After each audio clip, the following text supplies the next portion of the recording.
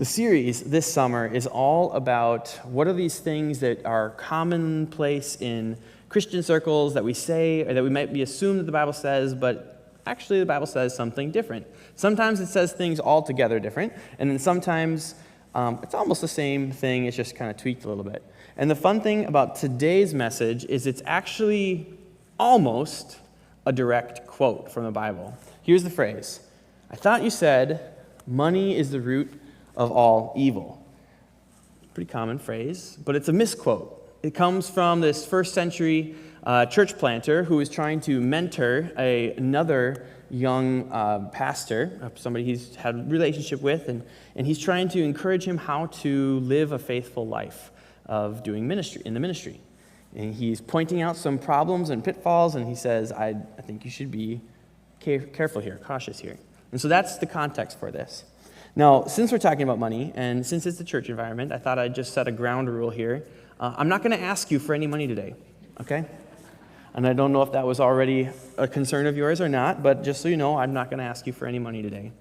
And I think as we read what Paul, that church planter, said to Timothy, you can see that that would really be the wrong application for me as a pastor for this particular sermon. So let's see what it is that Paul said. He said this. This is from 1 Timothy 6, verse 3. "Some people may contradict our teaching, but these are the wholesome teachings of the Lord Jesus Christ. These teachings promote a godly life. So anyone who teaches something different is arrogant and lacks understanding. Such a person has an unhealthy desire to quibble over the meaning of words. This stirs up arguments, ending in jealousy, division, slander, and evil suspicions. These people always cause trouble. Their minds are corrupt, and they have turned their backs on the truth. To them, a show of godliness is just a way to become wealthy.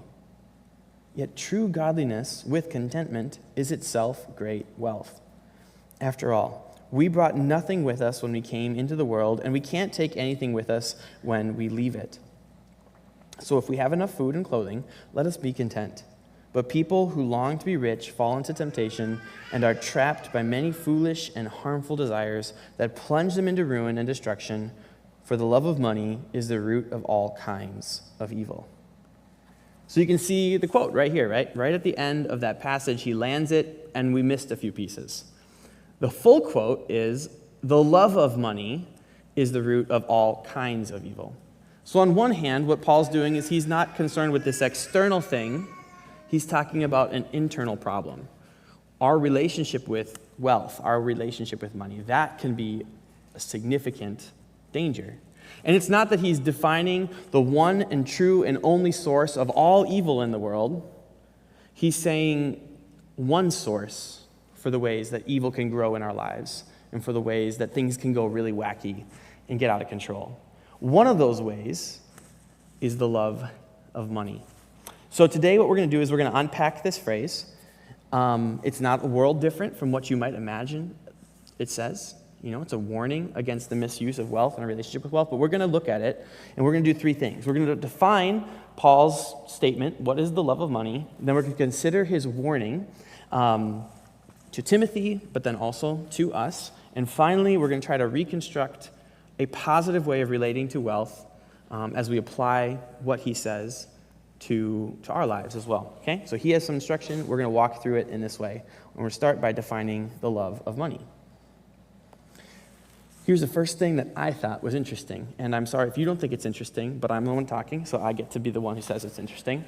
So love of money, for us, that's a noun with a prepositional phrase, right? That's how we translate that. It's three different words, and you can construct different words together to say different things. A noun with a prepositional phrase could be used, that pattern could be used for lots of things. It doesn't have to be the love of money. It could be the love of fish or the love of, cheese, the love of, you insert the thing, right? You can take the phrase apart and build other things with it. But that misses a dynamic of the way that Paul is talking, because Paul used one word. He didn't use a noun with a prepositional phrase. He used one compound word, philarguria. Okay, so that's not one that rolls off the tongue necessarily, but it's a compound word, but taking the idea of love and taking the idea of silver or the money of the day and smashing them together, this obsession, this love for wealth. So it's a good translation to call it love of money, but I think it invites us to start thinking of it in parts and started applying it in places that, Paul's saying, hey, this is one idea, this obsession we have over wealth. And we can't really talk about this just by talking about the things that we love in the wrong way. That's missing the whole money part of it. But we can't just talk about the money part of it as if money is the problem, because it's actually a heart attitude. It's a relationship thing, and it's all connected. You could think of the synonym greed, right? Greed is one thing, but greed's not quite intense enough, okay? The word that he's using is a little bit more passionate than that. How many of you have ever heard of the word avarice? I'm curious. Commentaries kept using this word avarice, and I was like, I've never heard of that word before. What does avarice mean? That's some archaic English word. But it was the perfect word. It's this intense love of money, this intense passion for money, this almost obsession with wealth. And that's what this is. Paul's describing an obsession with wealth.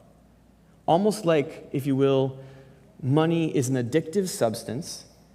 It's not bad, it's just addictive. And so, naturally, there's this thing that happens with humans where people get addicted to it. And he said that brings a world of hurt into your life. That brings a lot of pain into your life. That brings a lot of destruction into your life. There's a children's story called The Hobbit. And in The Hobbit, there's these people. It's a fantasy story, so these are dwarves, and they've lost their homeland. And they're in search of their homeland. And the reason they lost their homeland is because years and years and years ago, the dwarves were mining for gold. And they found more and more and more and more and more of it. And they accumulated more and more and more and more and more gold. And as the gold built up in their city, it made them sick. It made them paranoid. And it made them want to hoard it more. And it made them obsessive. And they got what the author called gold sickness. But it wasn't just that it made them sick, it also attracted the dangers of a dragon. And the dragon came, conquered their home, and cast them all out. And then later on, in another story by the same author in the same world, a different dwarven people does the same thing again. And they keep mining and mining and mining, searching for precious metals, and they go too far, and they awaken an ancient evil. And again, it destroys their civilization. And this is a metaphor. This is a picture, a warning for this thing that you and I probably get. Money has this way of drawing us in, getting us to obsess over it, promising us joy and a satisfying, meaningful life and stuff. But then what does it do? It invites danger into our lives. And it robs us of the ability to see the people around us, and it gives us tunnel vision. And it can destroy us. So Tolkien describes it that way. Paul warns Timothy, this young guy, starting his vocation in ministry, and he says, this obsession with money, this love of money is dangerous. It's the beginning, it's the source of all sorts of evil. And you should be careful with this, okay? Now, I don't need to just illustrate this with stories and with kind of those sorts of pictures. Paul is speaking into a specific moment, and he's giving him instructions about how to handle specific people. So let's go back to those people that Paul was talking about. This is verse 4. These people, such a person, has an unhealthy desire to quibble over the meaning of words. I found it ironic that I was talking about, what does the word actually mean a second ago? Anyways. Such a person has an unhealthy desire to quibble over the meaning of words. This stirs up arguments ending in jealousy, division, slander, and evil suspicions. These people always cause trouble. Their minds are corrupt, and they have turned their backs on the truth. To them, a show of godliness is just a way to become wealthy. That last phrase right there is an insight that Paul has into essentially his religious opponents. And he says the reason they are opposed to us is because of this fascination, this obsession, this quest, this drive to have more and more and more. And so he warns Timothy about it. His illustration for this philarguria, this love of money, are people who notice that it's actually really easy to manipulate others around the axis of faith and religion. That people desire a relationship with God, and it's really easy for somebody to step into that desire and say, there is a way to make a buck here. There is a way to increase my wealth by saying the right things to a crowd of people. And what Paul points out is that these people have focused in specifically on trying to create disagreement and antagonism with the message. Not just preaching the message that Jesus has given Paul, preaching the message that Jesus championed and he is the center of, but altering that just slightly so that it becomes a little bit more controversial. And as it becomes a little bit more controversial, you, as the audience, have a reason to pay attention and to go to their gathering and seminar rather than going to Paul's. And then when they call for donations and so forth and so on, your money goes to them instead of to Paul or to the church or to whatever it is. And they see godliness as a path to wealth. I don't think it's too hard to connect this to our world. Maybe in your heads you imagine the televangelist, who's always got his fundraising campaign or selling his book. And if you buy this, if you do this donation level, then you get this in. And the weird element is that at the end of that, you end up seeing the stats on these homes that belong to televangelists. And you're like, something feels weird here. Why is it that Jesus, who said, I have no home, no place to lay my head, and if you come follow me, you have to be willing to lay down everything and come following me. Why is it that they're championing his name, but their homes are bigger than the presidents of the United States' home?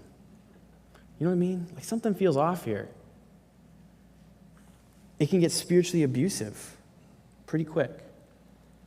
In the early 16th century, the church wanted to motivate the people to build a giant basilica, a giant cathedral, a giant church. St. Peter's in Rome, and they were trying to figure out how to raise the funds for this giant, massive, beautiful, majestic building. So they tapped into a doctrine that the church widely accepted, that God not only saves and forgives his people, but he also cleanses his people even after they've died by sending them through a taste of his judgment and a taste of his wrath in a place called purgatory. So it's an accepted belief of the church at the time. It's not one that we believe in here at Gateway, so this is not something we think is in the Bible. However, it was accepted at the time, at least in that tradition. So they said, okay, if we tap into this doctrine, we can offer the selling of tickets to shorten your time or shorten the time of your family members in this terrible space that you, of course, if you're any sort of loving child, wouldn't want your parent to have to spend much time in. And so they crossed the countryside selling these indulgences, selling these tickets out of purgatory to shorten the amount of time there. Why were they doing it? Because they wanted to build a giant cathedral, a giant basilica. And Paul would look at this and he would say, this is the love of money, warping and distorting the gospel.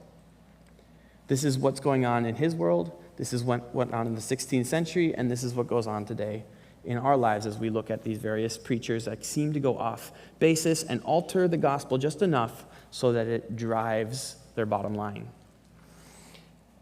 And the extreme examples like this don't do us much good if we just look at them and shake our heads. And if we look at them and say, man, that's why I don't trust the church. If we look at them and say, I'm so glad that that's not us, and that's not me, and that's not ... right? We have to think about how does this connect to us and to our lives, and what's the call on me? And so maybe you're already doing this. You're thinking like, do I love money? Do I ever put money in front of faith? Do I ever use my connections that I've formed in the church to advance my career? Those are all good questions. I want to highlight one that's a little bit off center, a little bit, maybe that's not the first place that we think. And it's that as Paul encourages Timothy to think about this and to not pursue in his own vocation wealth as the final and ultimate end goal, he's also encouraging Timothy not to engage in the machine of all this controversy out there, of all of these false gospels. And he's like, I know there's other places in the letter that you can kind of see this too, where he's like, you know, from a good faith perspective, you're going to want to engage in these conversations. But watch that. Be careful with that. The purpose of these conversations is sort of they're baiting you into this thing that generates wealth for them. Do you really want to be a part of that? And here's where it drops into our life. There are loads of news sources and social media spaces that are trying to bait you into controversy and bait me into controversy. Why do they do that? Is it because they're passionate about searching for the truth? It isn't. It's because it drives engagement. And it's because they make money off of higher engagement. As Christians living in a digital world, Christians living in our political world, we are responsible for following Jesus and championing the gospel together, living the gospel out in our lives, in social spaces and in digital spaces. So we need to think cautiously about how are we engaging with this money-making, money-loving machine. And is clicking on that ad to hear what that person has to say going to help or hinder the gospel? Is it going to give money and reinforce and pat on the back a system that's making money off of trying to promote controversy within the church? And I'm not giving you an answer, yes, no, do this, don't do that. I'm saying think about it and come to a conviction of what are you called to into that space. Because it's not easy. Our world is complex, if it is anything, right? So that's a place that touches our life. Of course, it's also, do you love money? And that's really where the rest of the message goes, okay? So Paul has painted this picture for us of these people. We understand the context, the scenario. You can see the conflict. You can see the pursuit of wealth at the bottom level, underneath the conflict, driving it all.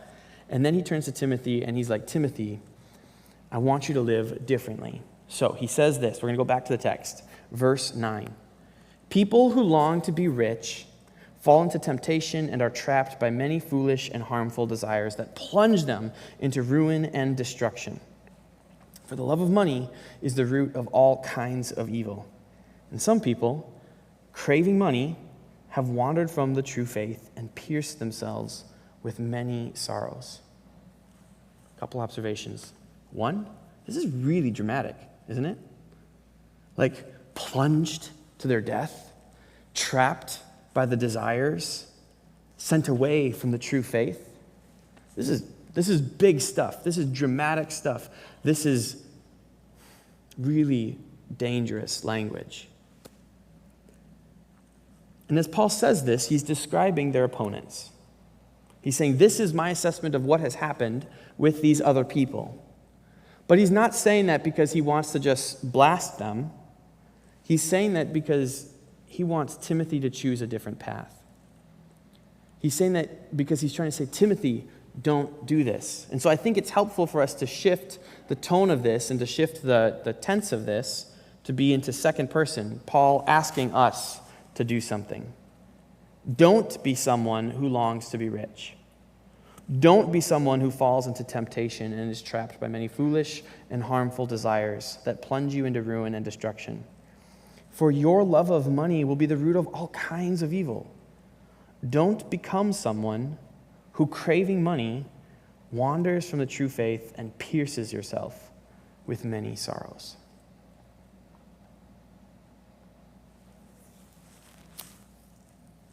Don't be somebody who craves money. He uses that word craving, a person who's craving money. And again, I really like this word. I like the words Paul uses. Right? He uses this one. And when I think of craving, my first thought is appetite. Like, you ever get that craving at the end of the day and you're like going through the cupboards and it's like, I don't want pretzels, I don't want, and you're craving something, you're not really sure what it is. That's not exactly the tone, though, of Paul's word. Paul's word has more to do with, like, what are you stretching yourself out for? So earlier he uses the same word, and we translate it as, like, aspiring to the office, to an important office, a noble office in the church, a noble position in the church. You should aspire to great things. And his idea is, it's good to stretch yourself out for the right things. But here he says it's really dangerous to stretch yourself out for the wrong things. I stretch myself out for my kids, right? My life is paper thin sometimes, and that's not a good thing.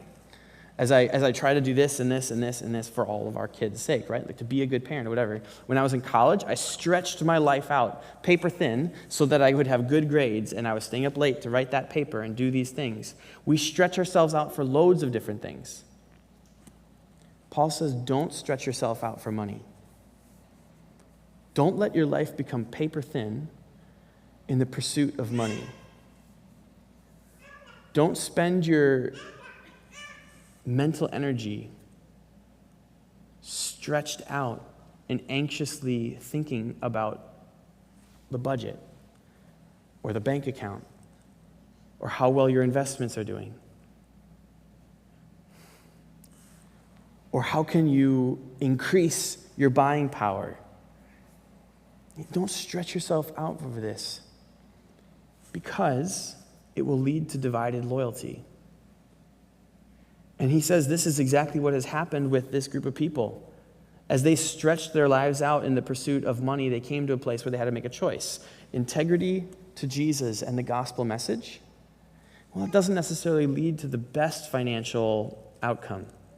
But if we alter it just enough, if we change the story and change the script just enough, that could lead to really good financial outcome. And you make a choice. Do I serve God or serve money? And this is not my interpretation. This is how Jesus sees it. Jesus says, no one can serve two masters, for you will hate one and love the other. You will be devoted to one and despise the other. That should be able to be applied to anything, right? But Jesus doesn't apply it to anything. He hones in on money. And he says, you cannot serve God and be enslaved to money. It's going to force you to make a choice. Why is that? I think if you were to go back into 1 Timothy 6 and you were to go reread that and consider the circumstance and consider the clues in the text, you could sort of construct this answer to that question. Why money invites us to turn from God at some point. It's because money empowers our desires. So when I was a kid, there was loads of different things that I wanted to do. Lots of different things I wanted to eat. There was lots of different ways I wanted to spend my time, but I always had to ask my parents for permission, right? Now my kids have to do that with me. If I want to go get this toy, I've got to ask, Dad, can I get that? Can I get that? Can I get that, right? If I want to go, Dad, can we have hot dogs? Can we have popsicles? Whatever it is, right? And I ask because I'm dependent in that space on my parents. Everything I have comes from my parents. So I have to ask for that. And eventually that generates a certain amount of frustration when my parents say no, when my parents have a different vision for what they think would be good to spend our time on or our resources on. So I decided to get my own job, right? And this is the journey of us coming into adulthood. We don't want to be needy, and it's not healthy to be needy like that forever. So we pursue dependence. And we get a job, we start working, and now we have power and agency to do the things that we want to do as far as we can afford them. To not necessarily ask the question, money doesn't help us ask the question whether we should or shouldn't do something, but money helps us do the stuff that we want to do, that we crave to do, that we value. Now, this is addicting. To feel powerful. I remember what that's like, getting that first paycheck, right? And then when the check got bigger and I could do more things, I could purchase other stuff.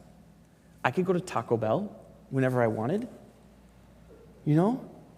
But the money doesn't tell me what to do with it. It doesn't encourage me to use it in some sort of a moral way or to even explain what morals are. It does empower my desires.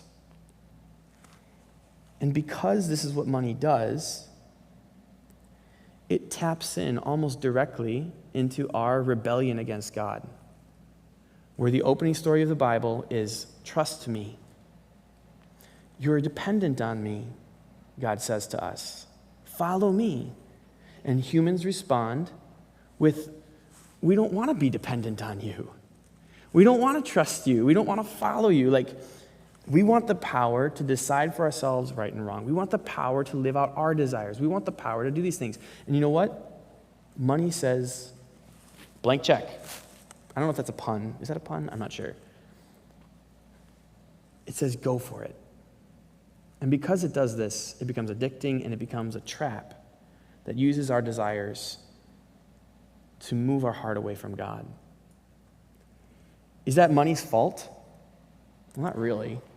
It's our heart that did that. And yet, you're never going to change the nature of money to tap into this part of your heart.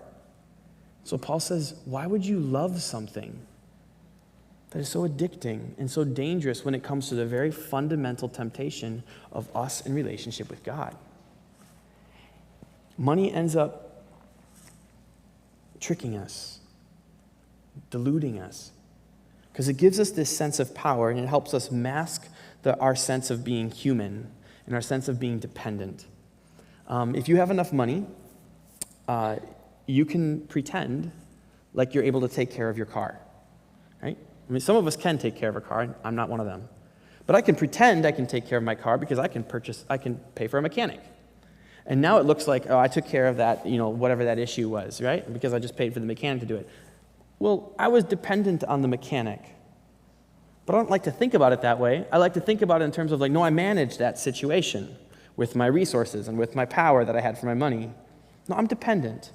And if you push against that enough different times, I can fix that problem with my money, I can fix that problem with my money, I can fix that with my money. I don't have to be dependent on asking for help in this situation or this situation or this situation because I can just, write the check, I can pay the bill, I can swipe the card.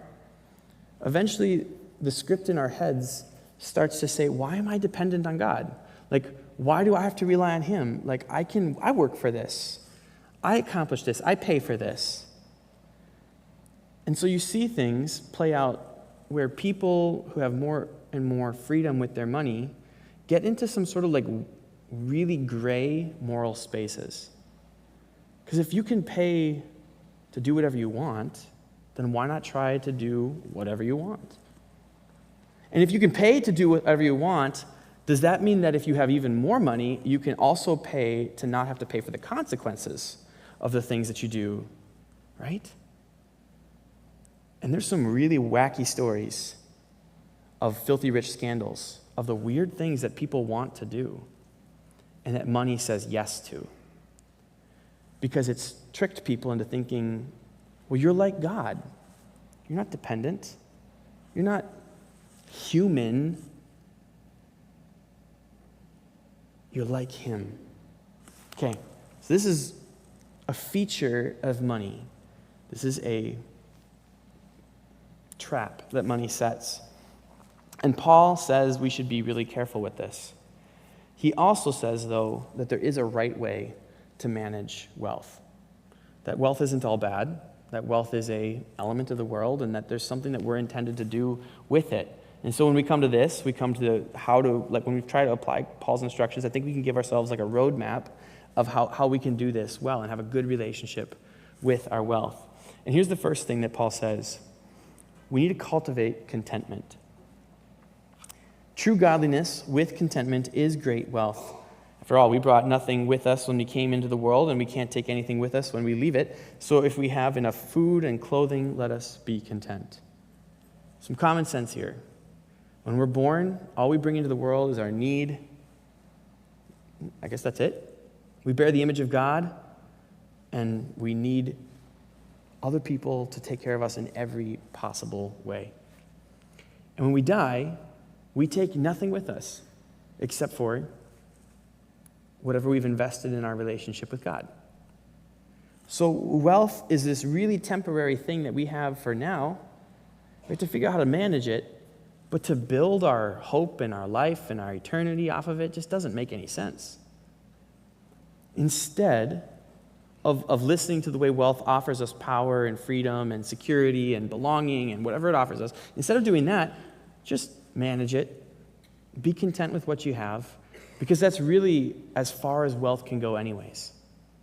So it can help you live at peace with the rest of the world and have what you need. We can do that by pursuing gratitude. Like, there's just some simple ways to do this. Like, if we spend our time trying to be grateful and focusing on how we can be grateful, it's a lot easier to then be content with where we're at in life. We can pursue simplicity rather than buy into consumerism. There's this guy, John Stott. He passed away a few decades ago, but he was this influential Christian leader in Europe. And as he was dying, as he was leaving ministry, he left sort of like a farewell book. He leaves this behind, and one of his charges to the church is, we need to take simplicity more seriously. We don't do this well. We look more like the general world around us in the accumulation of wealth and the accumulation of stuff than we look like Jesus on this one. So what does it look like to pursue simplicity? And to not let consumerism even control that and be like, you just have to buy the more expensive minimalism version of that's just consumerism veiled as simplicity. Like real simplicity.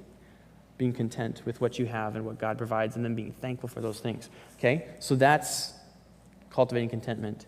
And then Paul knows that some wealthy people are going to be hearing what he has to say. He knows that Timothy is going to be engaged with interacting with wealthy people. So he doesn't just leave them sidelined saying wealth is all bad and figure it out. He actually, he proactively sees them and says, my encouragement to those who are wealthy among you is to trust in God. Teach those who are rich in this world to be proud. Not to be proud. Oh my. Teach those who are rich in this world not to be proud and not to trust in their money, which is so unreliable. Their trust should be in God, who richly gives us all we need for our enjoyment. Two things. One, money wants you to trust in it. If you want security, save. You want power, spend. Right? But it's not reliable. Anybody who is super wealthy is going to say, yeah, happiness and joy doesn't come from this. A lot of stress and headache comes from this. And then when it all drops out from under you, for whatever reason that you can't control, it's an existential crisis. God's not that way. He's reliable, and he's stable, and he's good. And so that's the first piece, trust in God. The second element of it is, just so you know, God's actually not stingy and ascetic and opposed to all that is good in the world. He actually desires to richly give us all we need for our enjoyment. That's incredible. That is so cool. Paul is not on board with the idea that we should just set aside the world and not care about it and just try all to be penniless and poor. He says God's vision for us, his people, is to delight in him and to delight in his creation, to have joy, to provide for the clothing and to provide for the food. And then previously he said, there's going to be things in life and there's going to be teachers who say, you shouldn't want anything in this world. And he's like, that's the teaching of demons. Don't do that. No, enjoy the things in this world and receive them with thanksgiving and invite God into that space through prayer. Because God made a beautiful, good world, and he knows how good it is. He wants you to enjoy him and enjoy his world. So wealth is a part of that. He's not opposed to it. He is opposed to you building your life off of it. Here's the last piece. If we're going to trust in God, then eventually God, when he says something about money, we're going to have to listen to what he has to say. And here's the final piece where he tells us, here's how you manage it. He says, be rich in generosity. Tell them to use their money to do good. They should be rich in good works and generous to those in need, always being ready to share with others. And here's how I see this, and I get really, really excited about this. If you go back to the opening story of why God made humans, he said it was to bear his image. It was to be like him and to show the world what God is like. So when you're wealthy and you're trying to be like God, what do? Well, you have to look and see, how does God manage wealth? God has all the wealth in the universe. He created it. It's all his. Jesus, as the Son of God, is the heir of all things, right? All the divine glory, all of the wonder of being the Prince of eternity. But he emptied himself of all of that and became humble and took on human life and became poor to give generously life with God to those of us who are on the outside. The generosity of Jesus is radical. The generosity of God is incredible. And then God says, now I've made you to be like me. So if you have a lot of wealth, be radically generous. If you have, just a little bit of wealth, be radically generous with it. If you have a normal middle amount of wealth, be radically generous with it because you're carrying God's image. So carry God's image, however much wealth you have. So there's no point in me bringing up a percentage and being like, here's the percentage you have to give. There's no point in me saying, here's the one rule of what it looks like for you to do that, because God made you unique and God made us unique, and God expects us to radically use our wealth in generous ways to show in all these different creative spaces how we can be like God in this arena. And it will look different for each of us, not because some of us have the gift of generosity and others don't. Some of us are generous Christians and others are stingy Christians. Like, that's not a thing. We're all generous Christians, but we get to express that creatively. We all get to express that in the unique spaces that we've been given to steward and manage. And this all becomes about showing what God is like to the world. So that makes me excited. That gets me excited. That gives me a vision for what I want to do with my resources. And I hope it does for you as well. The love of money is the root of all kinds of evil. Money itself is not the source of all evil in the world, but it is addicting. It does try to provoke us to not trust in God and to live out our own desires opposed to Him. So we should be careful and instead cultivate contentment. We should trust in God, build our life on Him, and then live out His image in our generous use of the wealth and the resources we have. Let's pray.